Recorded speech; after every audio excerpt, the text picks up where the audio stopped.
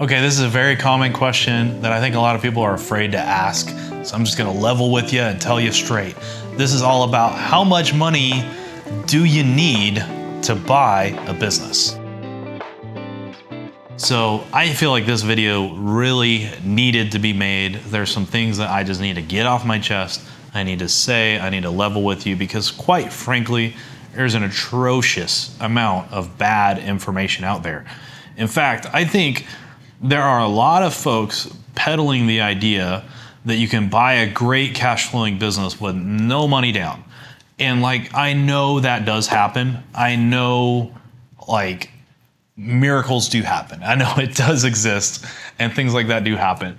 But honestly, the best businesses out there that are really making good money, they have a lot of competition. There's a lot of people that want to buy them and they have money and they can get bank financing easier than the person with no money. And more often than not, you're going to get beat when you try to buy a good business with no money because someone's going to show up that does have money. They're going to be able to pay more. They're going to be able to get financing that you can't get. And you're going to waste a lot of time and you're going to maybe embarrass yourself trying to get into something you just can't afford. And that doesn't help yourself. That doesn't help anyone. And, you know, a lot of the businesses that you can buy with no money down are actually some of the biggest mistakes of your life.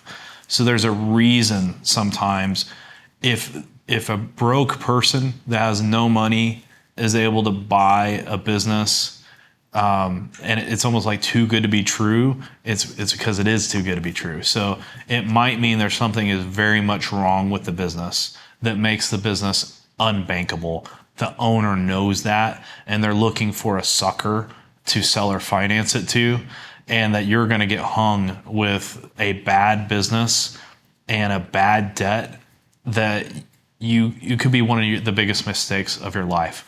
And so 100% seller financing in the real world usually does not happen unless it's somebody selling to their kid or it's somebody selling to somebody rich that they trust. So like you can, if you're super rich, like there's influencers out there that talk about getting how they got a 100% seller financing deal, but a lot of them are, guess what? Multi-millionaires. So when they sign their promise to pay an installment sale or a note to that seller, and then they go on YouTube and brag about the economics of how they bought that business for no money down and they negotiated this great deal. You have to remember, well, yeah, you're a multimillionaire. Your signature is worth its weight in gold. You have the assets to stand for that debt. And it's actually probably smart for that seller to seller finance to you because they're going to get interest on top of that purchase price. And there's no way for them to lose because you have such a high net worth. If you have a low net worth or no money and like you don't have a signature that's worth its weight in gold to sign up for a multi-million-dollar asset with, like the stuff that you will get able to buy is probably stuff that you don't want to buy. So I'm just trying to be real with you. I'm trying to help you avoid maybe one of the biggest mistakes of your life. And that's doing a 100% seller finance deal for a dog, for just an absolutely crap business that a seller's just trying to get out of and hang you with. There's a lot of times, like there's examples of this.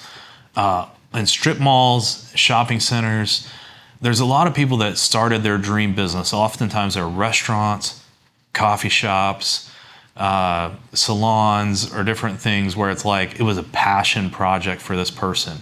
And they maybe made a beautiful looking build out. They sunk their life savings into it, but it's losing money. Or it's barely making money. Or it's making a little bit of money, but it's because the owner's working 80 hours a week doing the work of 2 human beings just to make ends meet. And so they can show they're making a profit, but it's at the expense of their health. It's at the expense of their life. And they're at their wits' end just thinking, I made the biggest mistake of my life. I want out of this business, but I can't get out because I signed up for a 10-year lease at this freaking shopping center and I personally guaranteed it. And if I break my lease, the landlord's going to bankrupt me and I'll be screwed. And so they'll look for their patsy. They'll look for their sucker that says, you know what? I'll sell you my business. I put $300,000 into this build out. It's a beautiful business. It's making $50,000 a year. I'll seller finance it to you for the low price of $150,000. That's only half of what I got into it. And you're thinking, holy crap, that's awesome. I'm getting it for half of what they put into it. It's making $50,000 a year. I'm going to pay 3x for it. I don't have to have any money down. Sign on the dotted line, right? And then the catch is that 10-year lease is now yours. And then that 50 grand only comes if you're working there 80 hours a week like that owner was. But guess what? That owner didn't have that 150,000 of debt that you just signed up for to buy that business, right? And so now you're working the equivalent of 2 full-time jobs and you're making less than 50,000 because you're paying that owner 20,000 a year for that, like that 150 grand debt. And so you're making like 30 grand. And then you're looking at yourself being like, what did I just sign up for? I just signed a 10-year lease. I'm working 80 hours a week. I'm making 30 grand.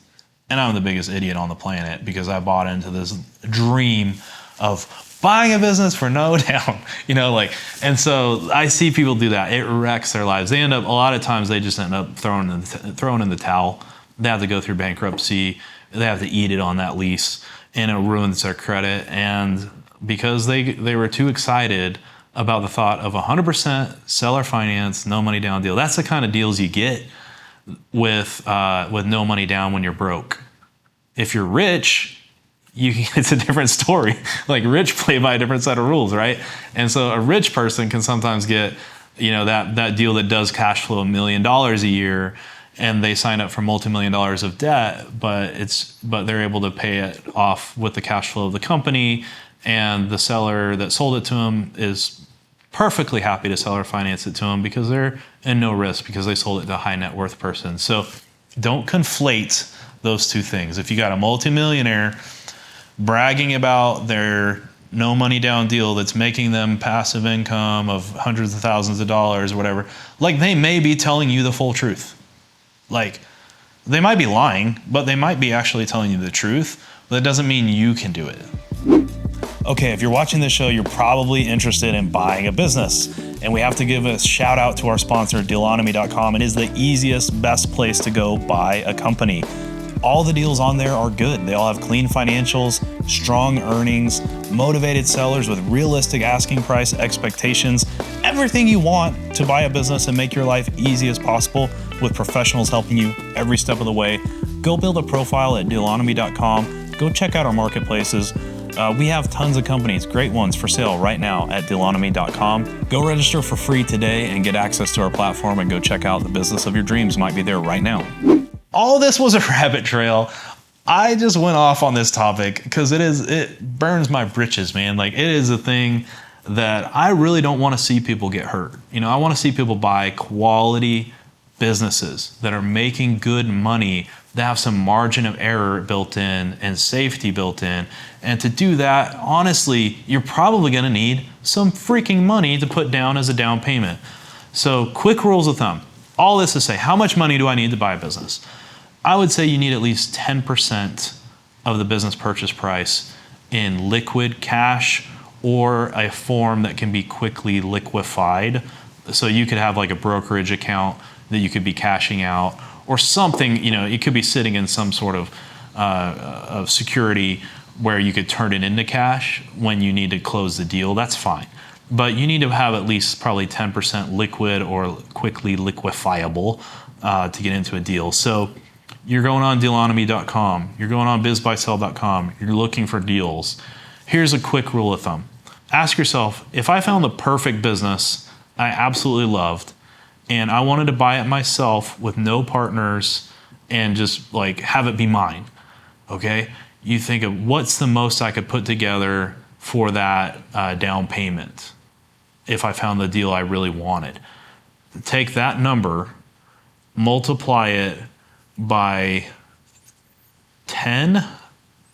That's like your absolute max you should be shopping for. multiply it by about 4, and that's probably the minimum you should be shopping for. So if you got 100 grand, you could find and put down, so to make the numbers easy, you should be looking at Dealonomy, at BizBuySell, at other brokers' websites in the $400,000 to $1 million price range. That's the sweet spot, because then you're going to be able to get, if I had 100 grand, sorry, Dave Ramsey, I would be getting some debt and getting a better business, because if you're buying all cash, like the business you can buy for 100 grand kind of sucks. Like it's probably not a very good business that doesn't make very much money. It's more like an opportunity. But if you're shopping in that 400K to $1 million range, you can get something that's making at least a couple hundred grand of profit every year already. And then that's a much better starting point than whatever you could buy for 100 grand. And it's worth taking on some leverage and debt to get into a quality opportunity.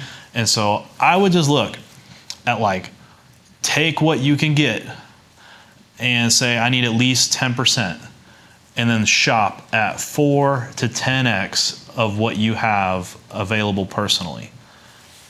If you're going to bring a partner into it, if you have an investor that will back you, I would just maybe double that. So like, maybe you have someone that really likes you, that they want to help you with the down payment, you want to make them an equity owner in the company, or they want to be a partner with you, then you can up the price range a little bit. And there are tons of people that want to participate financially in these deals if you're competent. But I just want you to look at yourself in the mirror. I know everyone's buying into this like dream of buy a business. They make it sound so easy. They make it sound like you don't need much money to get into it. But guys, I don't want you to get hurt. I don't want you to get hurt. I don't want you to buy something. And honestly, there's something about this, and I used 100 grand for a reason. I tweeted the other day, if you don't have 100 grand to your name of your own money, you shouldn't be looking at $1 million businesses to buy. And it's not just because you kind of need it for financing. You also kind of need to be honest with yourself. You probably aren't at the level of stewardship required. Okay, so that just means, like, be honest.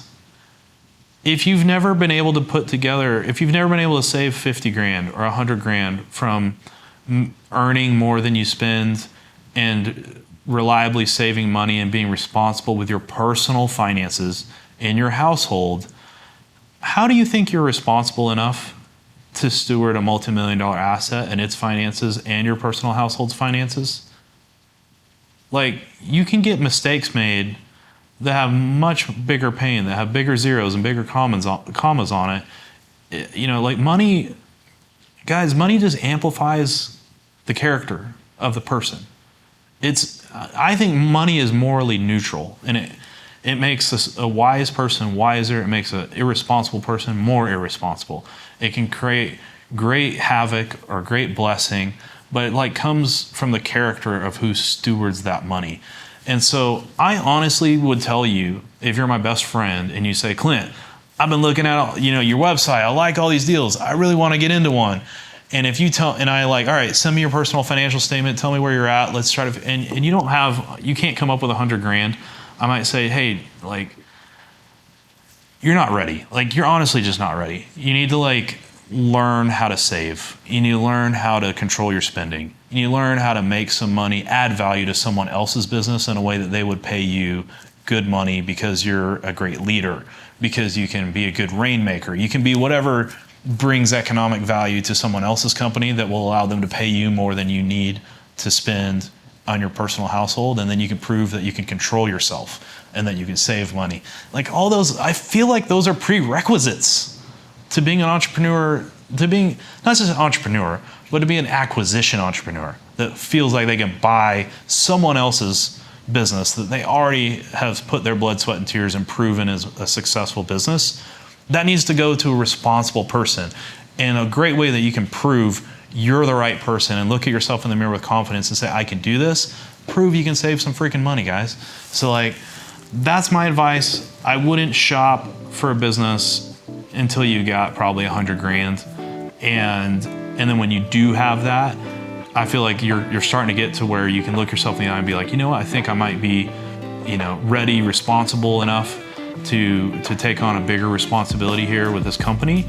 And then when you're there, shop at like that 4 to 10 times whatever you're at in liquid or liquefiable assets. And if you follow those rules of thumb, it's gonna keep you safe.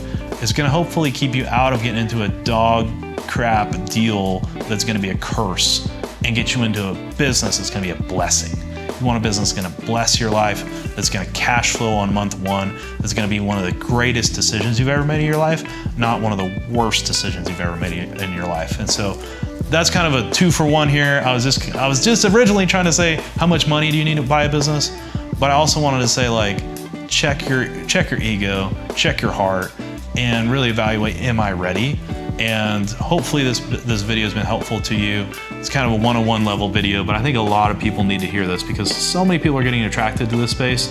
And this is one of the first things you need to get honest about before you start signing non-disclosure agreements, asking for details on businesses for sale. You need to know what you can afford, and you can know if you're quite frankly ready at all to get into this space. Follow these rules, it's gonna help keep you safe. I love you, I hope this was helpful. If you have any questions, drop them in the comments. I'll do my best to answer them for you. Thanks.